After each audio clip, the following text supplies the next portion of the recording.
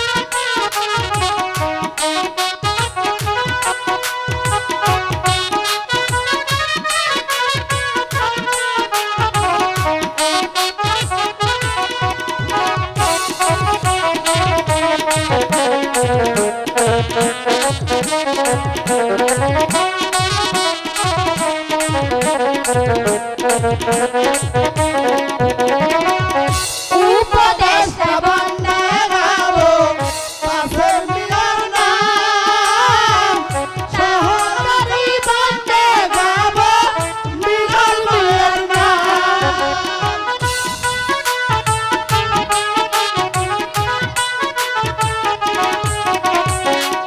উপদেশটা বন্দে গাবো পাশের মিয়ার নাম সহকারী বন্দে গাবো মিনার মায়ের নাম তাহাদের চরণে আমার তাহার চরণে আমার হাজারো সালাম ব্রহ্মপুত্র নদীর ধারে সাত পাইকা গেলাম ব্রহ্মপুত্র নদীর ধারে সাত পাইকা গেলাম এই তো আমার গান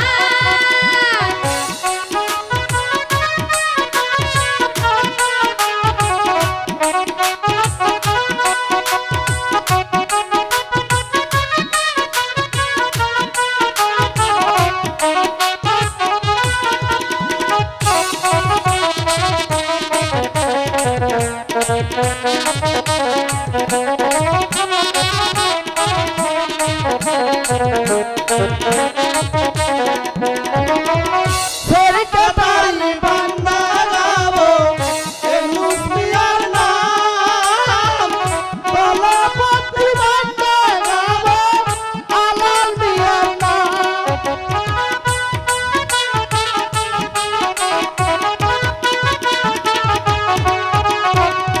সেক্রেটারি বন্দে গাবো এনুস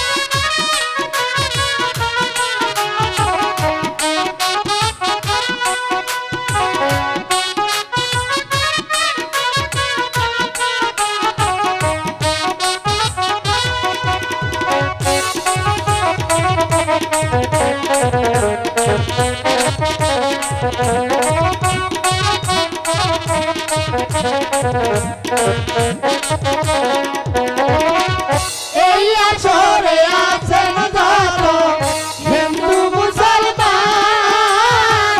মুসলমানকে আলাই সালাম, হিন্দুকে প্রণাম।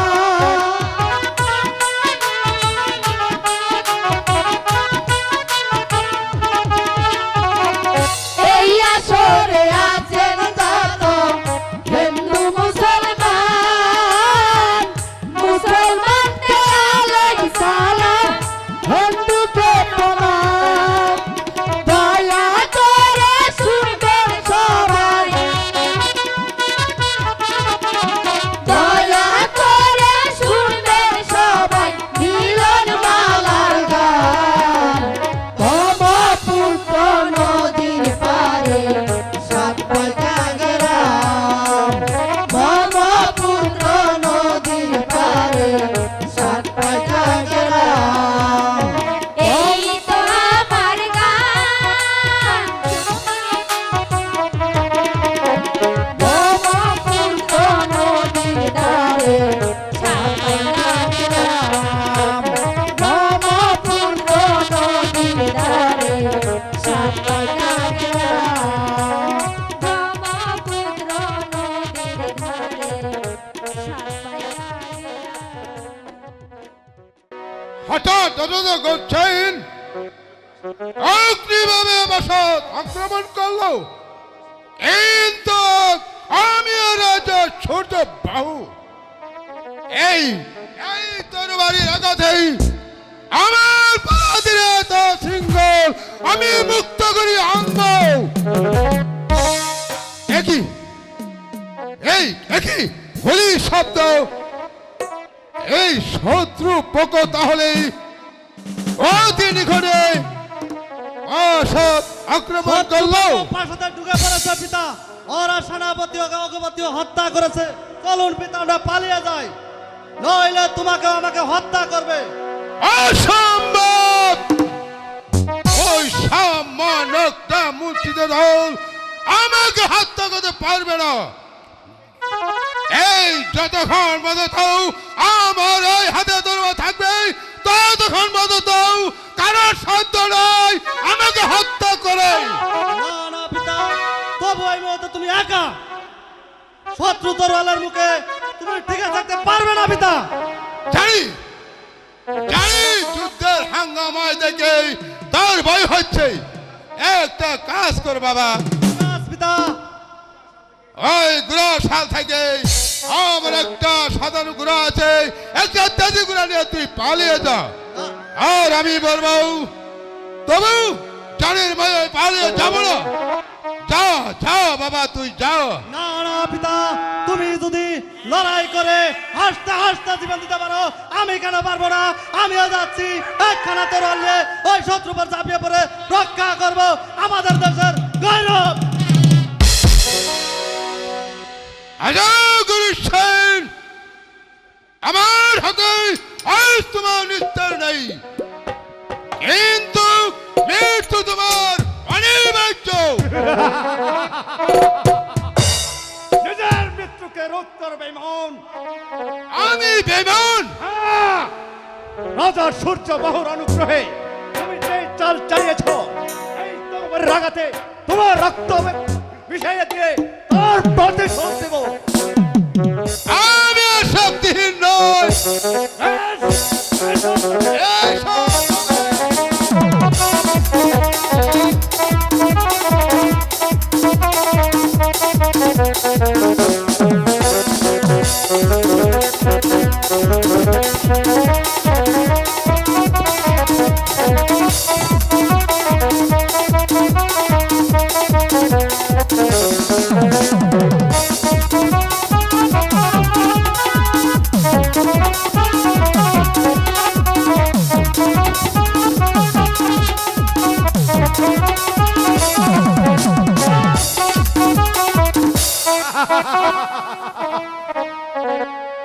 এবার মুখে রক্ত দিয়ে বেঈমানের প্রাণ জিতে গান। পেয়েছি হচ্ছে গুরু সেই তোমার সাথেই আমি বেইমানি করে আমার পাবে শাস্তি আমি পেয়ে গেলাম ও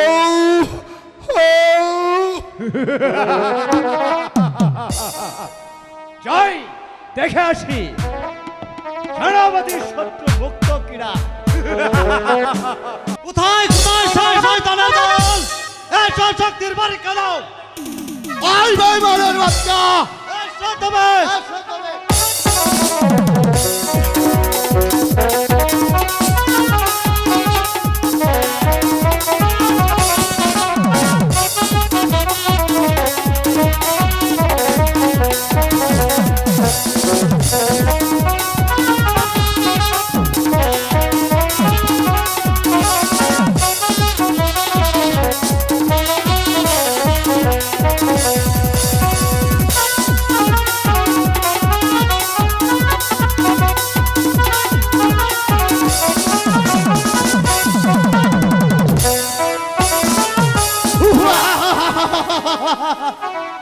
এবার তোকে কেউ রক্ষা করবে?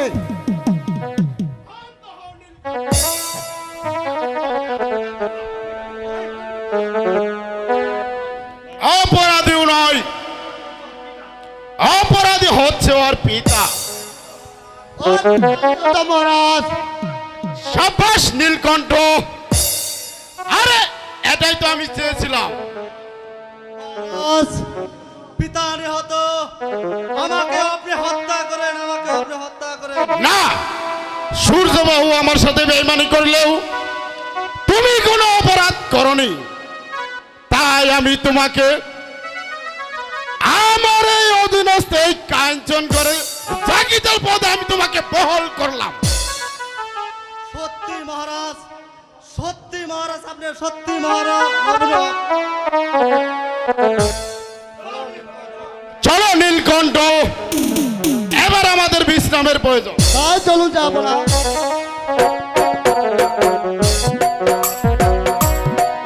আজ আমি খুবই আনন্দিত। এই আনন্দের মাঝে আমি একটু ফুর্তি করতে চাই। এই কে আছিস? এই বাইদিকে এখানে নিয়ে আয়। এনেছি হুজুর। এই নাচো, নাচে এখানে আমার মনটাকে খুশি করে দাও। নুপুর বাজে রে ছমছমাছে, নেশাই নেশাই হলো না গরম, পর্দায় উঠে গেলে কিসেরি সর, লোটে নাও এ যৌবন, লোটে নাও এ যৌবন। নুপুর বাজে রে ছমছমাছে, নেশাই নেশাই হলো না গরম, পর্দায় উঠে গেলে কিসেরি সর, লোটে নাও এ যৌবন, লোটে নাও এ যৌবন।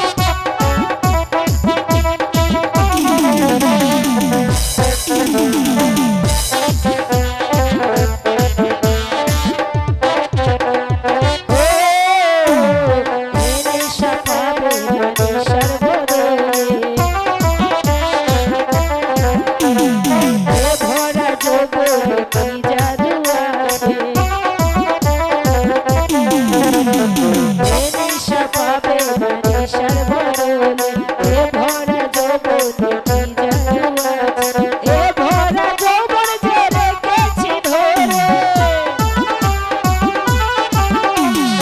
এ ভরা যৌবন যে রেখেছি ধরে আর দেরি করো না নারী বসো আর দেরি করো না নারী বসো লোটে নাও এ যৌবন লোটে নাও এ যৌবন দুপুর বাজে চমচমাছো নেশায় নেশায় হলো নাগর বড় পর্দায় ফেলে কিসের লোটে নাও এ যৌবন লোটে নাও এ যৌবন লোটে নাও এ যৌবন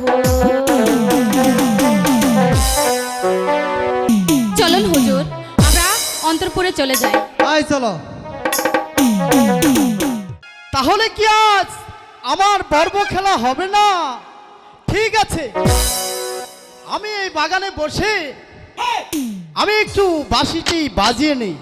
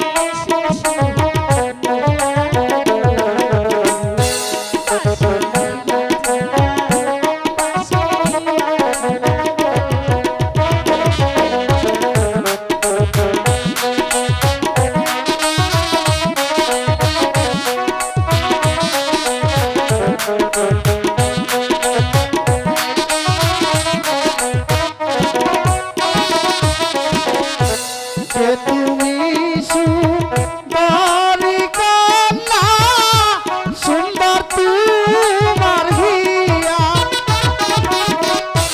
তোমার মতো কন্যা পাইলে আমি করতাম বিয়া রে। যে তুমি সুন্দরী কন্যা রে।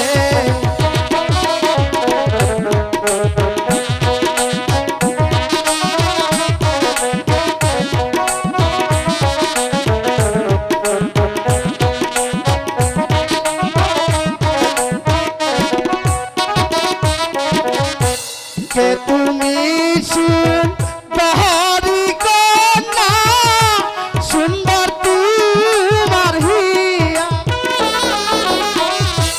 তোমার মতো কন্যা পাইলে আমি করতাম বিয়া রে। যে তুমি সুন্দরী কন্যা রে।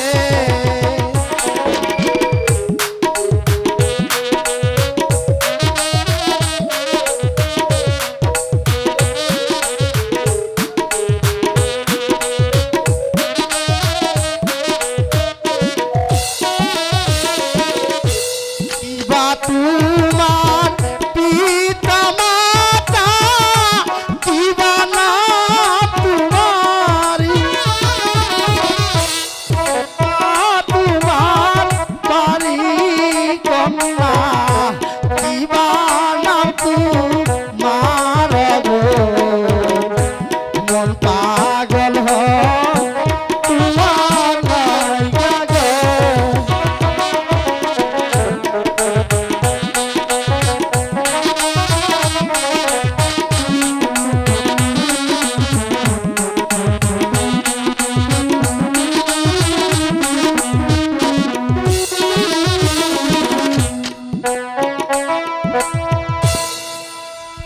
মিলন, মালা, তুই যে দেখছি আজ একা এলি, তবে আজ খেলবো কাদের নিয়ে? কেন তুমি আর আমি এই দুজনেই খেলবো? কানামাছি খেলা যায় নাকি? না, আজ কানামাছি খেলবো না, আজ তোমার সাথে আমি বড় বউ খেলবো। কাল তো বর্ব খেলেছি। জানো, তোমার সাথে রোজ রোজ বড় বউ খেলতে আমার না খুবই ভালো লাগে। ওরা কেউ আসেনি, আমার শ্বশুর হবে কে আর আমার শাশুড়ি হবে কে, আর শালাই বা কে হবে? আরে কেন শালা হব আমি? আমি যে খাঁটি শালা, মালার আপন ভাই। আরে এই দাদা, তুমি তো আচ্ছা বোকা। এই বইয়ের বড় ভাই কখনো শালা হয়? তবে কি হয়? সেটা হয় সম্বন্ধী। তা সম্বন্ধিতে চলে যাবে, কিন্তু শালি হবে কে আর বরের সাথে ঠাট্টা তামাশা করবে কে? কেউ যখন নেই তখন এই সম্বন্ধী সব কিছু করে দিবে, তাই না মালা? ঠিক আছে, এখন তোরা তাহলে খেলতে থাক, আমি একটু মাসিমাকে দেখে আসি। চন্দ্রকান্ত চলে গেল, এখন কন্যা দান করবে কে? আর শুধু মালা বদল করেই আমাদের বিয়ে হবে। কিরকম করে? এইভাবে।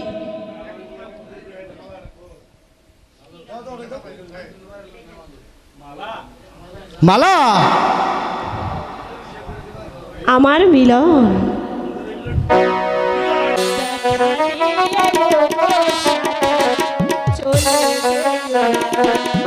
না না না,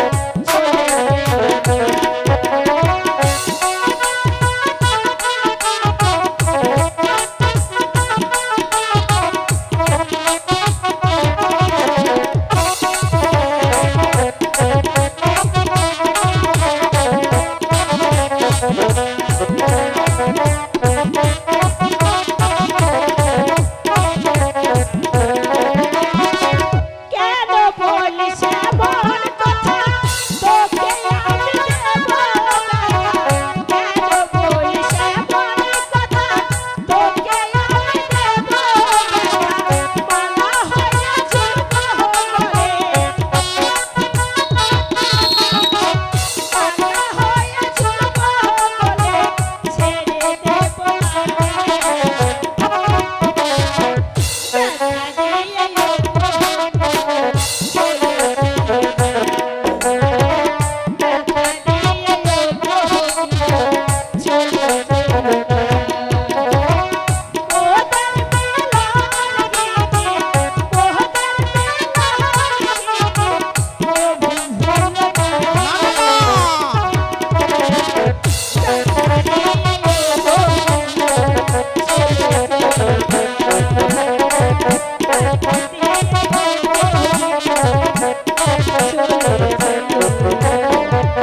যদি আছে দুঃখ রাতি হইব জীবন সাথী তুমি আমার কাল সাথী নেই যে তুলনা সাথী নেই যে তুলনা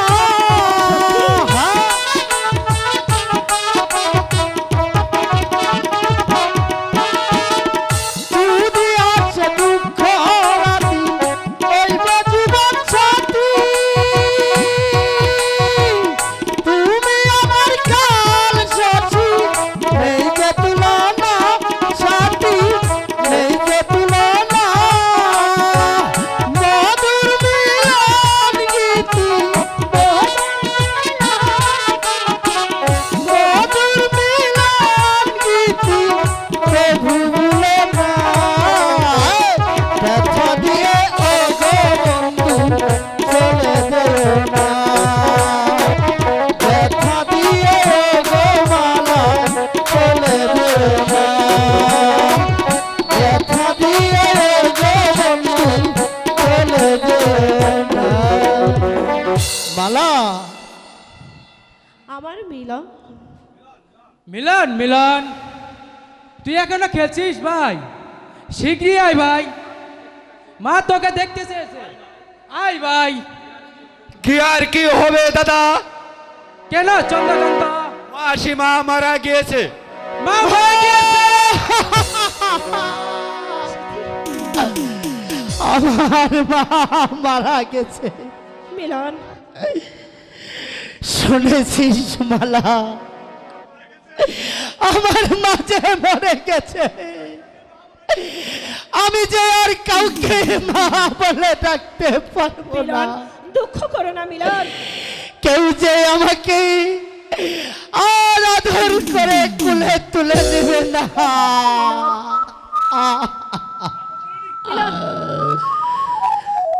মা গো জানানি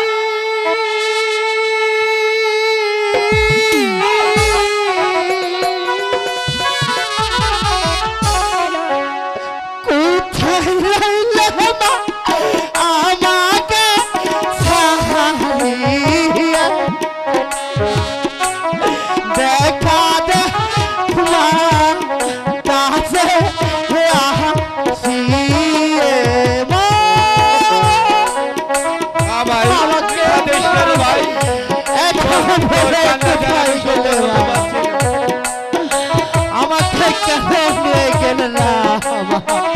দাদা কাঁদিস না, কাঁদিস না। কাঁদিস না রে মিলন মা গো জানানি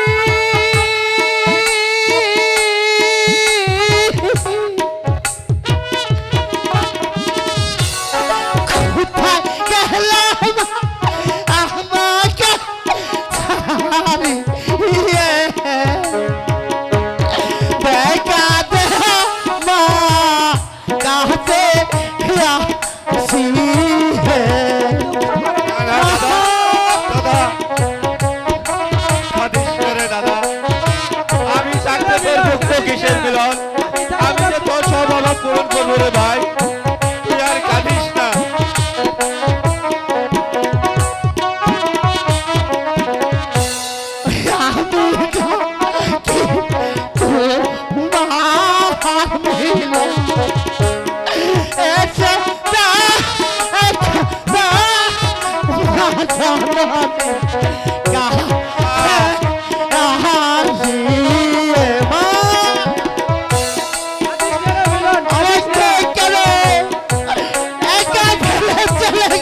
আমার ঘোড়ার কাঁদিসটা তোর কাঁদা আমি সহ্য করতে পারছি না রে ভাই। সহ্য করতে পারছি না রে ভাই, পাগল হয়ে গেল ভাই। ওঠ।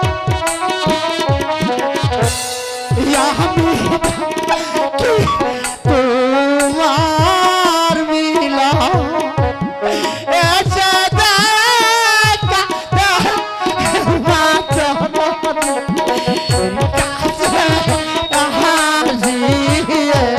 দাদা তুই আর কাঁদিস না। ওঠ ভাই।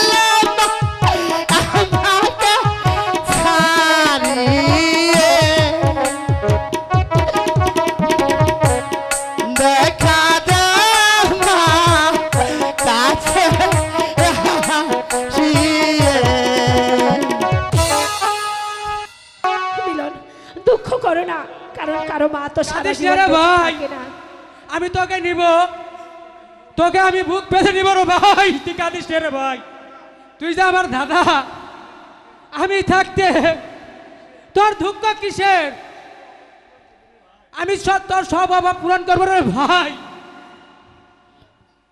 বিধিরে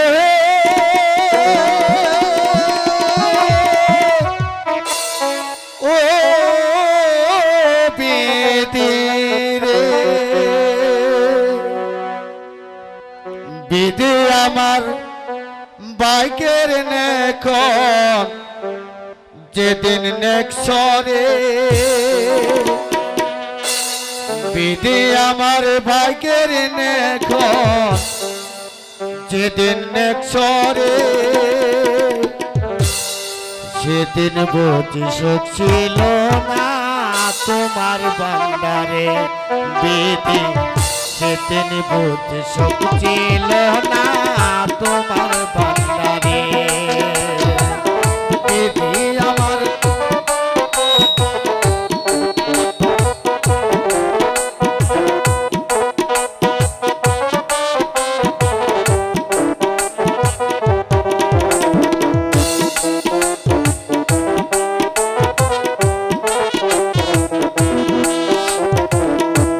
তুমি তো দয়ালো সাগর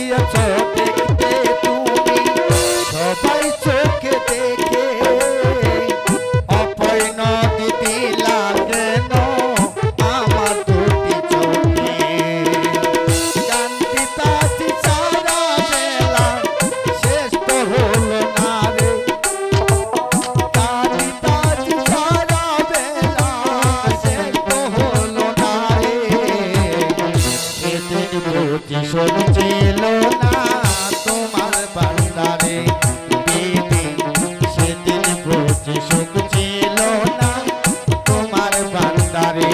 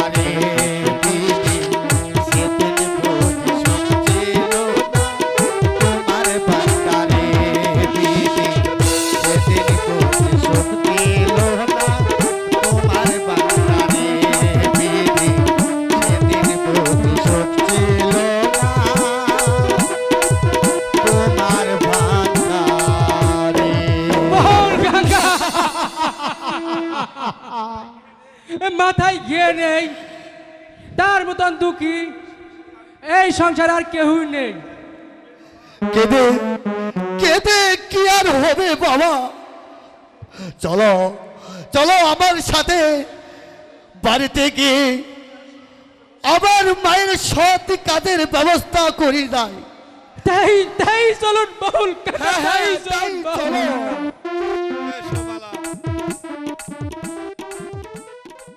এই দিন দিন শুধু বেড়ে চলেছে, আদার আদেশকে তারা কোনো কার্যই করছে না। আমিও রাজা গৌরীশন এই কিভাবে যে প্রজাদের কাছ থেকে এই রাজকুর আদায় করতে হয় তাও আমার বেশ ভালো করে জানা আছে। এই কোথায় মন্ত্রীবর আমাকে স্মরণ করেছেন মহারাজ। হ্যাঁ মন্ত্রীবর প্রজার আদর্শ দিচ্ছে না, এদিকে আজকুশ একেবারে শূন্য হয়ে যাচ্ছে। এভাবে প্রজাদেরকে আশকারা দিলে আমাকে যে একেবারে দেউলিয়া হতে হবে। চেষ্টা তো আর কম করছি না মহারাজ, কিন্তু ওরা যে আদেশ দিচ্ছে না। কি তাহলে সোজা আঙুলে কি আসবে না মন্ত্রীবর? সে ঠিকঠাক আদর্শ না দেয় তাহলে চাবুকের বুকে আদর্শ আদায় করতে আমি বাধ্য থাকিব। তবুও রাজকু শূন্য রাখা যায় না। আদর্শ না দেওয়ার অপরাধে ওই দিনহীন প্রজাদের উপর চাবুক মারবো? এছাড়া কোনো উপায় নেই মন্ত্রীবর। যে প্রজারা আমার রাজ্যে বসবাস করবে, আমাকে খাজনা দিতে অস্বীকার করবে, তাদেরকে চাবুক মারাই উচিত। তবু আমি বলছিলাম কি মহারাজ, বর্তমানে দেশে যে দুর্ভিক্ষ দেখা দিয়েছে, এই অবস্থায় তাদেরকে নির্যাতন না করে ওদেরকে কিছুদিন সময় দেওয়া হোক। কারণ আমরাই হলাম দিনহীন প্রজাদের অন্নদাতা।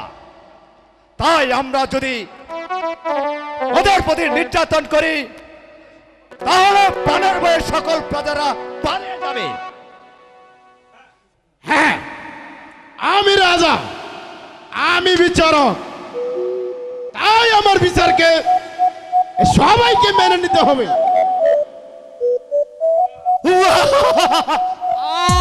আচ্ছা করে এই শালার বিচার করে। কি নাম তা?